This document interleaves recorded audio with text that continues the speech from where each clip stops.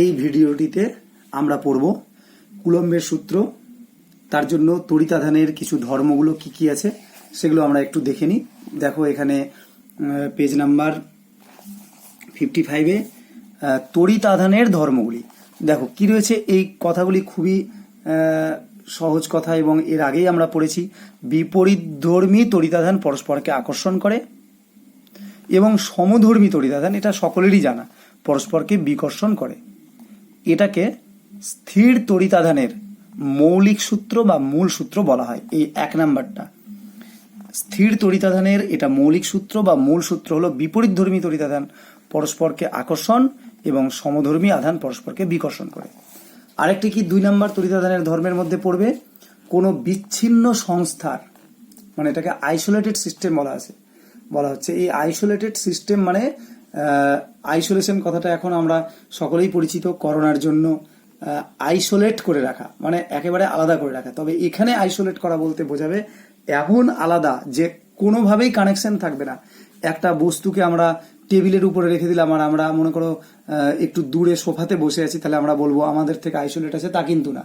ওই বস্তুটা টেবিলের পায়ের সঙ্গে, মেঝের সঙ্গে, আমাদের সোফার সঙ্গে যুক্ত আছে, সুতরাং সেটা আইসোলেটেড হলো না। ভৌতবিজ্ঞানে কোনো বস্তু আইসোলেটেড বলতে বোঝাবে তার সঙ্গে কোনো রকম পদার্থ দ্বারা যেন যোগ না থাকে। যেমন ধরো একটা পাখি উড়ে যাচ্ছে, তার সঙ্গে আমাদের কি কোনো যোগ আছে? মনে হচ্ছে যে কি নেই, না এখানে কিন্তু আছে। কিভাবে আছে? হলো দেখো পাখিটার বায়ুর মধ্যে আছে, বায়ুর সাথে আমাদের কানেকশন আছে, সুতরাং এটাও আইসোলেটেড হয়নি। আইসোলেটেড বলতে এমন বোঝাবে যেটা কোনোভাবেই কোনো কানেকশন নেই, তাহলে তাকে আমরা আইসোলেটেড সিস্টেম বা বিচ্ছিন্ন সংস্থা বলবো। যেমন বলতে পারি চাঁদের সঙ্গে পৃথিবী আইসোলেটেড রয়েছে। মহাকাশে কোনো বস্তু যদি ঘুরে বেড়ায় উল্কা একটা, তাহলে তার সঙ্গে পৃথিবী হলো আইসোলেটেড সংস্থা। এভাবে যদি আমরা মহাকাশে কিছু ছেড়ে দিতে পারি যেখানে বায়ুও নেই, বায়ু শূন্য স্থানেই ছেড়ে দিয়েছি, তাহলে সেটাকে আমরা বলবো তখন আইসোলেটেড। তাহলে কোনো বিচ্ছিন্ন সংস্থার মোট তড়িতাধান সর্বদা ধ্রুবক হবেই। তো কি জন্য হবে এটা ভেবে দেখো। দেখো মনে করো এটা একটা বস্তু, কোনো কিছু একটা বস্তু, আর এটা পৃথিবী, এগুলোর মাঝখানে আর ফাঁকা একদম মহাশূন্য এগুলো। তাহলে এটার যে মোট আধান আছে, এর মধ্যে আধান এদিক ওদিক করতে পারবে, তুমি এখান থেকে এদিক করতে পারবে, এখান থেকে এদিক করতে পারবে, কিন্তু মোটের উপর এই আধানটা তো এখান থেকে আর এদিকে আসবে না, আবার এখান থেকেও আধান ওখানে যেতে পারবে না। যাওয়ার জন্য তো একটা কোনো মাধ্যম চাই, তো মাধ্যমই তো নেই। সুতরাং তখন আমরা বলবো এখানের আগেও যে পরিমাণ আধান ছিল, প্লাসই থাকুক বা মাইনাস থাকুক, পরেও কিন্তু তাই থাকবে। এটাকে আধানের নিত্যতা সূত্র বলা হয়। যেটা 2 নাম্বার এখানে পাবে কি আছে, কোনো বিচ্ছিন্ন সংস্থার মোট তড়িতাধান সর্বদা ধ্রুবক, এর সৃষ্টি বা ধ্বংস হয় না, কেবল বিচ্ছিন্ন সংস্থার এক অংশ থেকে অন্য অংশে স্থানান্তরিত হয়। এটা হলো 3 নম্বর। কোনো আহিত বস্তুর আধান সর্বদাই ইলেকট্রন আধানের পূর্ণ গুণিতক রূপে হয়। এটাকে আধানের কোয়ান্টায়ন বলা হয়। কোয়ান্টায়ন মানে হলো কোয়ান্টায়ন নীতি বা কোয়ান্টাইজড রাশি বলতে আমরা বুঝি যে একটা নির্দিষ্ট গ্যাপ বা অন্তর যেটা অন্তর হবে সেটাকে আমরা কোয়ান্টাইজড বলি। যেমন ফর এক্সাম্পল ধরো বলা হলো যে কোনো একটা অনুষ্ঠান বাড়িতে 31.3 জন মানুষ, এতজন মানুষ প্রেজেন্ট ছিল। এটা কি হওয়া সম্ভব? সম্ভব নয়, কারণ 31 জন মানুষ হতে পারে, 32 জন মানুষ হতে পারে, কিন্তু 31.3 জন হওয়া সম্ভব নয়। কারণ মানুষের একটা গোটা মানুষ হতে পারে, আবার 0.3 জন মানুষ কি, এটা কোনো মতেই সম্ভব না। সুতরাং এই মানুষটাকে আমরা একটা কোয়ান্টাইজড রাশি বলতে পারি। ঠিক এরকম ইলেকট্রনেরও কথা আমরা বলতে পারি। ধরো কোনো একটা বস্তু, এটা একটা বস্তু, তাহলে এই বস্তুতে আমরা আধান দিতে চাই, মানে ইলেকট্রন দিতে চাই। আমি বললাম এটাতে আধান দিতে চাই, তো আধান দেওয়ার জন্য তুমি কি বলবে? তাহলে ঠিক আছে এটাকে ঋণাত্মক আধান দিই। হ্যাঁ দাও। তাহলে ঋণাত্মক আধান দিতে গিয়ে এটাতে একটা ইলেকট্রন এর গায়ের উপর ছেড়ে দিলাম। তাহলে এর গায়ের উপরে যদি একটা ইলেকট্রন ছেড়ে দিই, তাহলে এর আধান কত হলো? 1.6 × 10⁻⁻19 কুলম্ব, এত হলো। এবার আমি বললাম না, আরেকটু আধান বাড়িয়ে দিই, আর একটু আধান বাড়াই। তাহলে কি করব? আরেকটু আধান বাড়াতে গেলে আরো একটা ইলেকট্রন দিয়ে দিলাম। তাহলে দুটো ইলেকট্রন দিলে এর মোট আধান কত হলো? 1.6 প্লাস 1.6 × 10⁻⁻19। তাহলে এটা যদি করি আমরা যোগ, তাহলে কত পাবো? 3.2 ইন্টু 10⁻⁻19 কুলম, কমন নিলেই বোঝা যাবে, এটা পাবো। কেউ একজন বলে উঠলো না 1.6 আর 3.2 এই দুটোর মাঝামাঝি আধান লাগবে, এতটা আধান এরকম লাগবে না, তুমি দিতে পারো 2 ইন্টু 10⁻⁻19 কুলম নাও, তাহলে এরকম ভাবে নাও, 1.6 এর থেকে যেন বেশি হয় আর 3.2 এর থেকে যেন কম হয়। ভাবো তো এটা কি সম্ভব? তোমরা কি বলবে, একটা ইলেকট্রনকে রাখবো না, ওই ইলেকট্রনের কিছুটা অংশ কেটে নিয়ে তারপর রাখবো? এটা কোনো মতেই সম্ভব না। মানে যেটা আমরা করতে পারবো সেটা হলো ওই ইলেকট্রনের গুণিতক রূপেই আমরা আধানকে দিতে পারবো।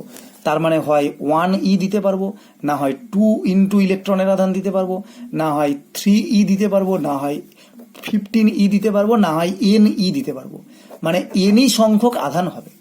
তাহলে কোনো বস্তুতে আধানের মোট পরিমাণ কি হতে পারে? কিউ ইকুয়ালস টু অবশ্যই সেটা এনই হবে। এন এর মান যেখানে 1 2 3 4 পূর্ণ সংখ্যা হতে হবে, ভগ্নাংশ কিন্তু না। এন এর মান এমন কখনো হতে পারে না যে 1.5টা ইলেকট্রন দিয়েছি, হতেই পারে না। তাহলে হয় একটা ইলেকট্রন, না দুটো ইলেকট্রন, না 7টা ইলেকট্রন ইত্যাদি। তাহলে কোনো বস্তুতে আধানের মান প্লাস মাইনাস এনই হতে পারে, q equals to plus minus n e. মানে q equals to plus minus n e. কেন প্লাস মাইনাস? কেন? যদি প্রোটন বা ধনাত্মক থাকে তাহলে আমরা প্লাস এনই বলবো, আর যদি ঋণাত্মক থাকে তাহলে আমরা মাইনাস এনই বলবো। এটা এবার হলো আসছি কুলম্বের সূত্রে। কুলম্বের সূত্রটা কি? এটা এখান থেকে তোমরা দেখে নিও, যে প্লাস মাইনাস এনই, এটা একটু মুখস্থ রাখতে হবে। এটা দিয়ে আমরা কিছু পরিমাণ তড়িৎ থাকলে কটা ইলেকট্রন আছে আমরা এটা বের করতে পারবো। যদি প্রশ্ন থাকে কোনো একটা বস্তুর আধান 2 কুলম্ব, তা 2 কুলম্ব, কোনো বস্তুর আধান 2 কুলম্ব, তাহলে বস্তুটিতে কতগুলি ইলেকট্রন আছে? তখন আমরা কি করব, 2কে 1.6 ইন্টু 10⁻⁻19 দিয়ে ভাগ করলে যেটা পাবো সেটাই হলো মানটা পাবো, মানে এতগুলি ইলেকট্রন আছে। এটা মুখস্থও রাখতে হয়। 1কে 1.6 ইন্টু 10⁻, এটা দিয়ে ভাগ করলে আমরা পাবো 6.25 ইন্টু 10⁻, যাই হোক 10⁻, কত যেন থাকবে এটা মনে করি, তাহলে 6.25 ইন্টু 10⁻18 হবে। এটা 1 ডিভাইডেড বাই এটাকে যদি আমরা ভাগ করি তাহলে কত পাবো? 6.25 ইন্টু 10⁻18, মাইনাস না কিন্তু এটা 18, এখানে মাইনাস ছিল, উল্টে গেলে এটা পজিটিভ হয়ে যাবে। ঠিক একইভাবে এটাকে যদি করি তাহলে এটা 2 ইন্টু এটা হবে, এটা তখন 2, এটার রেজাল্ট হলো 2 ইন্টু এই যে এটা, 2 ইন্টু এটা, তাহলে পেয়ে যাবো। এইভাবে করে আমরা করতে পারি। যাই হোক, এবার কুলম্বের সূত্রে আসি। কুলম্বের সূত্রটা কি? কুলম্বের সূত্রে বলা হলো দুটি স্থির বিন্দু আধানের মধ্যে ক্রিয়াশীল আকর্ষণ বা বিকর্ষণ বল। যেমন যদি আমরা বিন্দু আধান নিই, ধরো এখানে কিছু পরিমাণ আধান নিয়েছি, এখানে কিছু পরিমাণ আধান নিয়েছি, তাহলে এই দুটো আধান, এটা কি দেখো তো বিন্দু আধান হয়েছে না? কত বড় বড় বস্তু হয়ে গেছে। তাহলে বিন্দু আধান কিভাবে হতে হবে? ছোট নিতে হবে, আরো ছোট। কতটা ছোট? এতটা। না আরো ছোট, কতটা? এতটা। আরো ছোট, এতটা। হ্যাঁ, এরকম বলা যেতে পারে বিন্দু আধান। তাহলে বিন্দু আধান তো আমরা নিতে গেলে কোনো বস্তুর মধ্যে দিতে হচ্ছে, তাহলে তাকে আমরা বিন্দু আধান রূপে আসলে কল্পনা করে নিই। কিভাবে? যদি ডাম্বেলকে আমরা যদি এভাবে নিই, দেখো তাহলে মনে হচ্ছে এগুলো বড় বড়, এটা একটা বড় বস্তু, এটা একটা বড় বস্তু। কিন্তু যদি ডাম্বেলটা এরকম থাকতো একই সাইজের, ভেবে দেখো এখানে একটা আর এখানে একটা, তাহলে তুলনামূলক কিন্তু এটাকে মনে হচ্ছে এর সাপেক্ষে এটা ছোট। একই কথা প্রযোজ্য, দেখো এখানে একটা স্টার আকাশের মধ্যে আর এখানে একটা স্টার, সেই স্টারগুলো তো অনেক বড় বড় বস্তু, কিন্তু আমাদের দেখে মনে হচ্ছে কি স্টারগুলো বিন্দু সমতুল্য। কারণ বস্তুর আকার আয়তনের সাপেক্ষে দূরত্ব যদি অনেক বেশি হয় তাহলে আমরা তাকে বিন্দু আধান বলবো। তাহলে দুটি স্থির বিন্দু আধান, মানে চলমান হলে অন্য সূত্র আবার অ্যাপ্লাই হবে। দুটি স্থির বিন্দু আধানের মধ্যে ক্রিয়াশীল আকর্ষণ বা বিকর্ষণ। কেন আকর্ষণ? যদি একটা প্লাস একটা মাইনাস হয় তাহলে আকর্ষণ, যদি দুটোই মাইনাস বা দুটোই প্লাস হয় তাহলে বিকর্ষণ বল। এই মানটা কত হবে? বলা হলো এই মান হবে এখানে আধান যতটা থাকবে তাদের গুণফলের সমানুপাতিক। মানে এখানে যদি 10 ইএসইউ আধান থাকে, এখানে যদি 4 ইএসইউ আধান থাকে, তাহলে এদের আকর্ষণ বিকর্ষণের মান হবে 10 ইন্টু 4, 10 প্লাস 4 14 কিন্তু হবে না, এখানে 10 ইন্টু 4 মানে 40 হবে। আধান দুটির গুণফলের সমানুপাতিক। এটা যদি 5 হয়, এটা যদি 4 হয়, তাহলে 4 5 20 হবে। যোগফল রূপে কিন্তু পরিবর্তন হয় না। বলা হলো এটা যদি Q1 হয় আর এদিকেরটা যদি Q2 হয়, তাহলে আমরা বলবো আকর্ষণ বা বিকর্ষণের বলের মান F সমানুপাতিক Q1 Q2। আবার যদি দূরত্বের কথা বিবেচনা করি, তাহলে দূরত্বের কথা বিবেচনা করলে এই ডিস্টেন্সের সঙ্গে বর্গের ব্যস্তানুপাতিক, এগুলো আমরা নিচু ক্লাসে পড়েছি, 1/d²।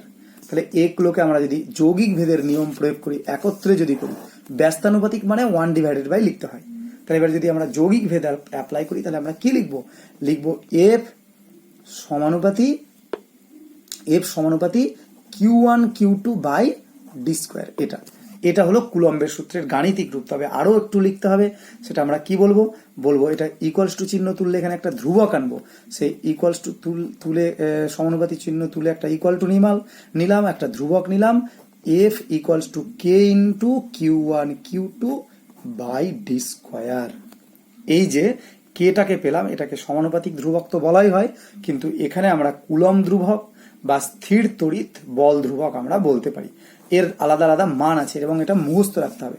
সিজিএস পদ্ধতিতে এই কে এর মান, এই কেটার মান হলো K ইকুয়ালস টু 1, আর এসআই পদ্ধতিতে এর কে এর মান 9 ইন্টু 10⁹ নিউটন বই আছে, নিউটন মিটার স্কোয়ার, আর কুলম (2⁻²). এটা তোমরা এগুলো পাবেই। তাহলে সূত্রটা খুব ভালো করে মুখস্থ করতে হবে, এটা অত্যন্ত ইম্পর্টেন্ট।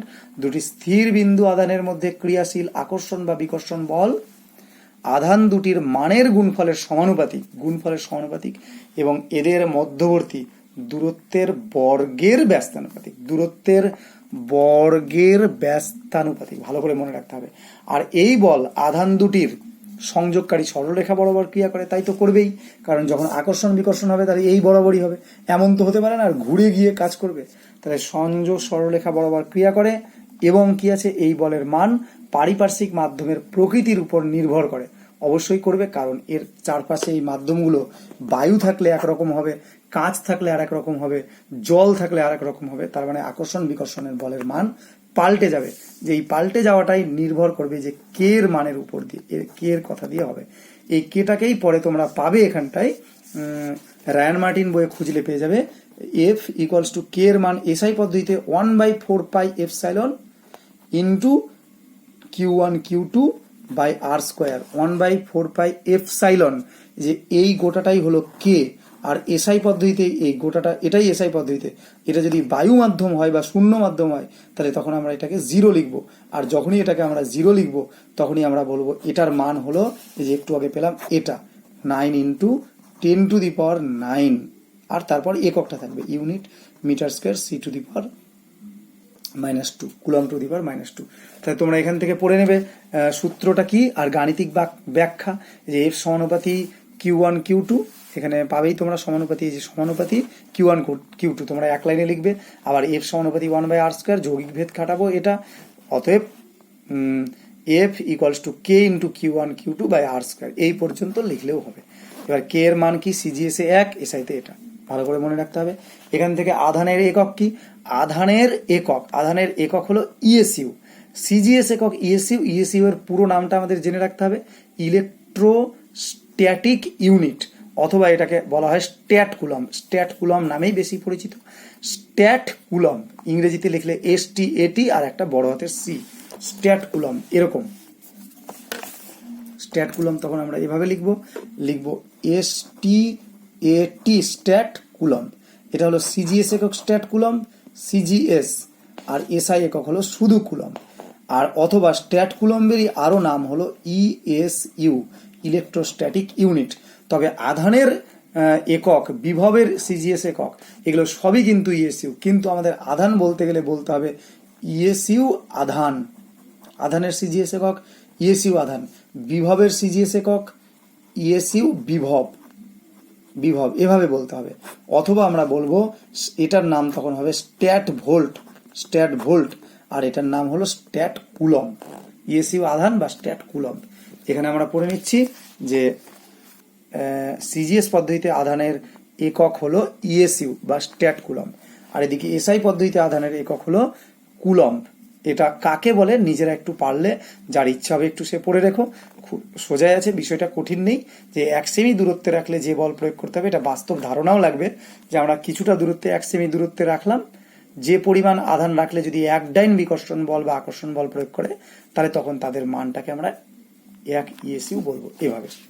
ইএসইউ এর থেকে কুলম কিন্তু অনেকটাই বড়। 1 coulomb equals to 3 into 10⁹ state coulomb. এগুলো আমরা পরবর্তী ক্ষেত্রে অন্য জায়গায় বইয়ে লিখে রাখবো বা জেরক্সে হয়তো থাকবে, দেখে নেবে। এবার আসছি তারপরের পৃষ্ঠায়, মানে 56 পৃষ্ঠায় কি আছে, তড়িৎ বিভব কি। তড়িৎ বিভব এটা একটু রিডিং পড়ে নিও নিজেরা, তেমন বিশেষ কিছু নেই। যে যেমন উষ্ণতা বলতে কি বোঝায়, উষ্ণতা বলতে আমরা বুঝি যে বস্তুটা বেশি গরম সেটা অন্য বস্তুকে তাপ দেবে, আর যেটা ঠান্ডা সেটা অন্য বস্তু থেকে তাপ নেবে। তাহলে উষ্ণতা দ্বারা সে তাপ দেবে না নেবে এটা বোঝায়। সেরকম বিভব দ্বারা বোঝায় যে ওই বস্তুটা অন্য কোনো বস্তুকে তড়িৎ দেবে না নেবে। এই উচ্চ বিভব নিম্ন বিভবের কথা এর আগে আলোচনা হলো। যে শক্তির জন্য পজিটিভ তড়িৎগ্রস্ত বস্তু তার পজিটিভ তড়িৎ কোনো নিস্তড়িৎ বা কোনো নেগেটিভ তড়িৎগ্রস্ত বস্তুতে সঞ্চালন করে, তাকে আমরা উচ্চ বিভব বলবো, যেটা অন্য আর একটা ভিডিওতে আছে, তোমরা দেখে নিও অবশ্যই, সেখানে ডিটেল ব্যাখ্যা করা আছে। নিম্ন বিভব কি সেটাও আমরা অন্য ভিডিওতে একটু দেখে নিলেই বুঝতে পারবে। যে শক্তি থেকে নেগেটিভ তড়িৎগ্রস্ত বস্তু নেগেটিভ তড়িৎ কোনো নিস্তড়িৎ নেগেটিভ তড়িৎ কোনো নিস্তড়িৎ বা কোনো পজিটিভ তড়িৎগ্রস্ত বস্তুর মধ্যে যায় বা সঞ্চালন করে, তাকেই নিম্ন বিভব বলে। এবার তড়িৎ বিভবের পরিমাপ, এটা কিভাবে আমরা করি, বা তড়িৎ বিভব কত কি, এটা এবার এভাবে আমরা ভাববো। দেখো কোনো একটা আহিত বস্তু, মনে করো এটা ধরি, এটা ধনাত্মক আধানে আহিত বস্তু, এটা ধনাত্মক আধানে আহিত বস্তু। তাহলে আহিত বস্তুর তার চতুর্দিকে এগুলোতে তড়িৎ ক্ষেত্র থাকবে। যেমন একটা চুম্বক থাকলে, যেমন এটা একটা যদি চুম্বক থাকে, চুম্বক থাকলে যেমন তার চতুর্দিকে একটা চৌম্বক ক্ষেত্র থাকবে, চৌম্বক ক্ষেত্র থাকবে। চুম্বক থাকলে যেমন চৌম্বক ক্ষেত্র থাকবে, যে এখানে যদি আমরা একটা লোহার কোনো কিছু নিয়ে আসি, ধরো একটা সেফটি পিন নিয়ে এলাম, তাহলে এটাকে আকর্ষণ করবে। আর একটু দূরে রাখলে কি আকর্ষণ করবে না? করবে, একটু কম করবে। আর একটু দূরে রাখলে তবুও করবে, আকর্ষণ কম করবে, কিন্তু এতটাই কম করবে যে এটার স্মরণ ঘটাতে সে পারবে না, মানে এটা এদিকে এগিয়ে যাবে না। আরও যদি দূরে রাখি আরও কম করবে, আরও অনেকটাই দূরে 1 কিলোমিটার দূরে রাখি তবুও আমরা বলবো থিওরিটিক্যালি হ্যাঁ তবুও করবে, আর একটু কম করবে। যদি চাঁদের কাছে বা এত দূরে নিয়ে চলে যায় তবুও করবে, আরও কম করবে। ঠিক একই কথা এখানে প্রযোজ্য, যে এখানে পজিটিভ তড়িৎগ্রস্ত বস্তু তার চতুর্দিকে একটা তড়িৎ ক্ষেত্র করছে। আমরা যদি এখানে একটা ধনাত্মক তড়িৎগ্রস্ত বস্তু রাখি, সে তাকে বিকর্ষণ করবে। এখানে রাখলে কি করবে না, এখানে রাখলেও করবে, আর একটু কম করবে। তাহলে আমরা কি বলবো, এই এ বিন্দুর তড়িৎ বিভব, বিভব বেশি, এ বিন্দুর বিভব বেশি, এ বিন্দুর বিভব বেশি। আর যদি এটা বি বিন্দু নাম দিলাম, তাহলে এ বিন্দুর বিভব বেশি আর বি বিন্দুর বিভব কম, বিভব কম।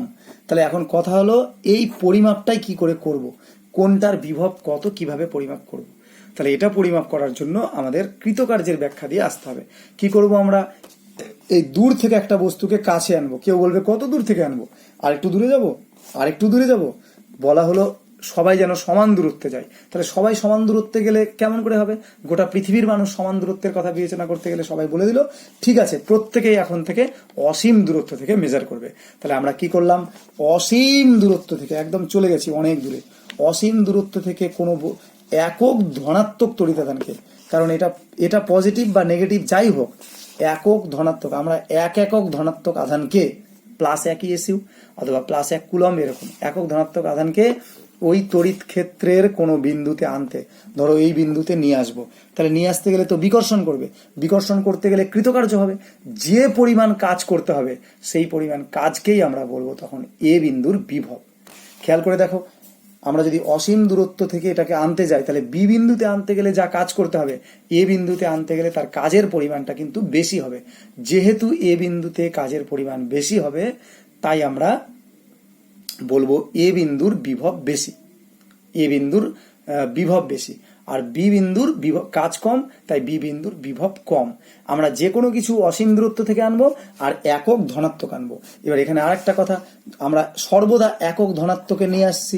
এবার এটা যদি ধনাত্মক হয় তাহলে পরস্পরকে বিকর্ষণ করলো, তার মানে ধনাত্মক কার্য হলো, তখন আমরা এই বি বিন্দুর বিভবকে ধনাত্মক বিভব বলবো। এইবার যদি কোনো ক্ষেত্রে ঋণাত্মক কার্য হয় তখন আমরা এর বিভবটাকে কিন্তু ঋণাত্মক বিভব বলবো। কখন বলবো, কি হিসাবে বলবো? ধরো দেখো এখানটা আমরা মাইনাস আধান রেখেছি। এবার আমরা যখন দূর থেকে অসীম দূরত্ব থেকে যখন কোনো একক ধনাত্মক আধানকে নিয়ে আসছি, তাহলে এবার মাইনাসের কাছে আমরা একটা প্লাসকে আনতে চাইছি, তাহলে কি করবে? এটা আকর্ষণ না বিকর্ষণ? আমাদেরকে তো কাজ তো করতেই হবে না, উল্টা আমাদের উপরেই কাজ করে দেবে। আমরা বলতে পারি যে ঋণাত্মক কার্য হবে। এই যে ঋণাত্মক কার্য হলো, তাই এই বিন্দুর বিভব হবে ঋণাত্মক বিভব। ঋণাত্মক কার্য, তাই বিভব হলো ঋণাত্মক বিভব। তাহলে ঋণাত্মক বিভব কেন আমরা বুঝতেই পারছি। দেখো, ঋণাত্মক আধান থেকে ঋণাত্মক বিভব, ধনাত্মক আধান থেকে ধনাত্মক বিভব। তাই আমরা তড়িৎ বিভবের পরিমাপ কিভাবে করব, বা তড়িৎ বিভবের পরিমাপ কি, বা কোনো বিন্দুর তড়িৎ বিভব কাকে বলে? প্রশ্ন যদি থাকে কোনো বিন্দুর তড়িৎ বিভব কাকে বলে, তখন আমরা বলবো এটা।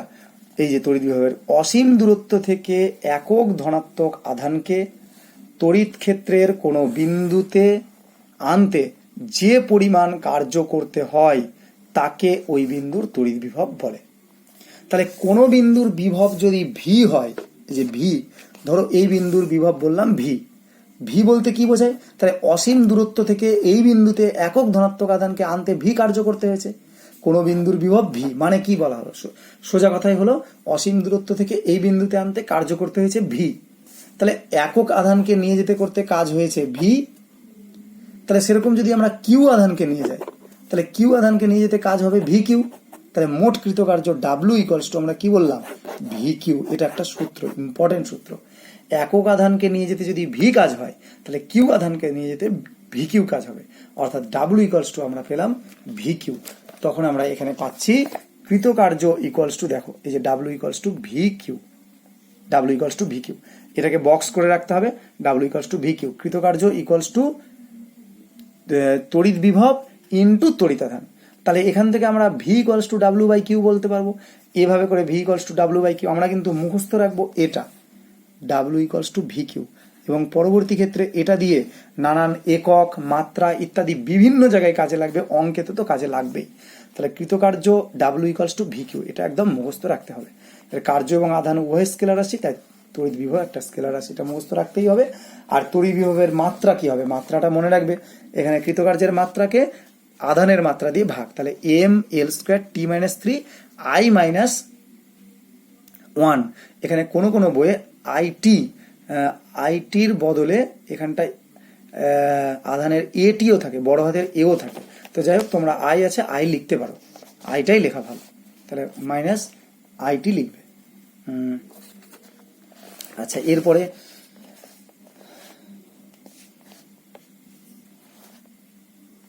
আসছি এখানে একটি, এই পড়াগুলো তোমরা একটু নিজেরা বিভব পার্থক্যের ধারণা, এই অংশগুলো নিজেরা একটু বুঝে রিডিং করে দেখবে। জলতলের লেভেলের সঙ্গে তুলনা করা হয়, যেমন জলের উচ্চতার পার্থক্য হলে জলের প্রবাহ ঘটে, সেরকম যে জলের উচ্চতার পার্থক্য হলে জলের প্রবাহ ঘটবে, সেরকম বিভবের পার্থক্য থাকলেও তড়িতের প্রবাহ ঘটবে। জিনিসটা এটাকে উষ্ণতার পার্থক্য দিয়েও ব্যাখ্যা করা যেতে পারে, একই ধরনের অনেকটা। এবার আমরা আসছি তারপরের পৃষ্ঠায়, কত 57 পেজ। দেখো বিভবের তাহলে একক কি? একটা হলো সিজিএস পদ্ধতিতে স্ট্যাট ভোল্ট বা ইএসইউ বিভব, একটু আগে আলোচনা হলো। এটাকে আমরা এক ইএসইউ বিভব বলবো বা স্ট্যাট ভোল্ট বলবো, স্ট্যাট ভোল্ট। আর এসআই পদ্ধতি হলো ভোল্ট। এই দুটোর মধ্যে সম্পর্ক কি আমাদের মুখস্থ রাখতে হবে, এক stat volt equals to 300 volt. খেয়াল করে দেখো, এখানে এই জিনিসটা কিন্তু স্টুডেন্টসদের খুব ভুল হয়, তোমাদের এটা মনে করিয়ে দিচ্ছি, চুনতি দিচ্ছি, এক কথায় বলতে পারো যে ভুল কিন্তু হতে পারে তোমাদেরও। ভেবে দেখো, 1 মিটার ইকুয়ালস টু 100 সেমি, আর 100 মিটার ইকুয়ালস টু 1 সেমি। কোনটা ঠিক? নিশ্চিত রূপে তোমরা এটা কেন ঠিক হবে? এটা ঠিক, এটা ঠিক, কারণ 1 মিটার ইকুয়ালস টু 100 সেমি আমরা জানি, এটা আমাদের কনসেপ্ট তৈরি হয়েছে, আমাদের মুখস্থ আছে। এসআই এককের থেকে সিজিএস এককটা ছোট, বেশিরভাগ ক্ষেত্রেই তাই হয়, কিন্তু অনেক ক্ষেত্রে কিন্তু আলাদা আছে, একটা দুটো না, বেশ কয়েকটা ক্ষেত্র আছে। তার মধ্যে একটা হলো এটা। খেয়াল করে দেখো, এখানে কিন্তু 1 ভোল্ট এসআই একক ইকুয়ালস টু 300 সিজিএস একক, স্ট্যাট এসটিএটি, স্ট্যাট ভোল্ট। এটা কিন্তু মনে আসবে অনেকের, তা কিন্তু না, এটা উল্টোটা। 1 stat volt equals to 300 volt. ভালো করে মনে রাখতে হবে, এটা ঠিক। মানে সিজিএসটাই এখানে বড়, এসআইটাই এখানে ছোট। এই যে তোমাদের বই এখানে আছেও, 1 stat volt equals to 300 volt. এটা একটু ভালো করে দেখে নিও। তারপরে আরও অনেকগুলো অংশই আছে, কিন্তু সময় অভাবে আজ এই অংশগুলো আর বলা হচ্ছে না। তবে এখন আরেকটা কথা বলে রাখবো, তোমরা এই যে এই পার্থক্যটা 58 পেজের পার্থক্যটা, এটা 58 পেজ, তার পার্থক্য আছে একটা তড়িৎচালক বল এবং বিভব পার্থক্য। এই পার্থক্যটা খাতাতে লিখবে। এখানে 6টা পয়েন্ট আছে, তোমরা চাইলে আরও বেশি পয়েন্ট করবে। সেটা কিভাবে করবে, বিভিন্ন বইয়ের হেল্প নিয়ে দেখবে এবং ছোট ছোট করে মুখস্থ রাখার চেষ্টা করবে। এটাও আমি পরে একদিন অন্য এর পরের হোমওয়ার্কে আমি বোঝাবো বা বলবো।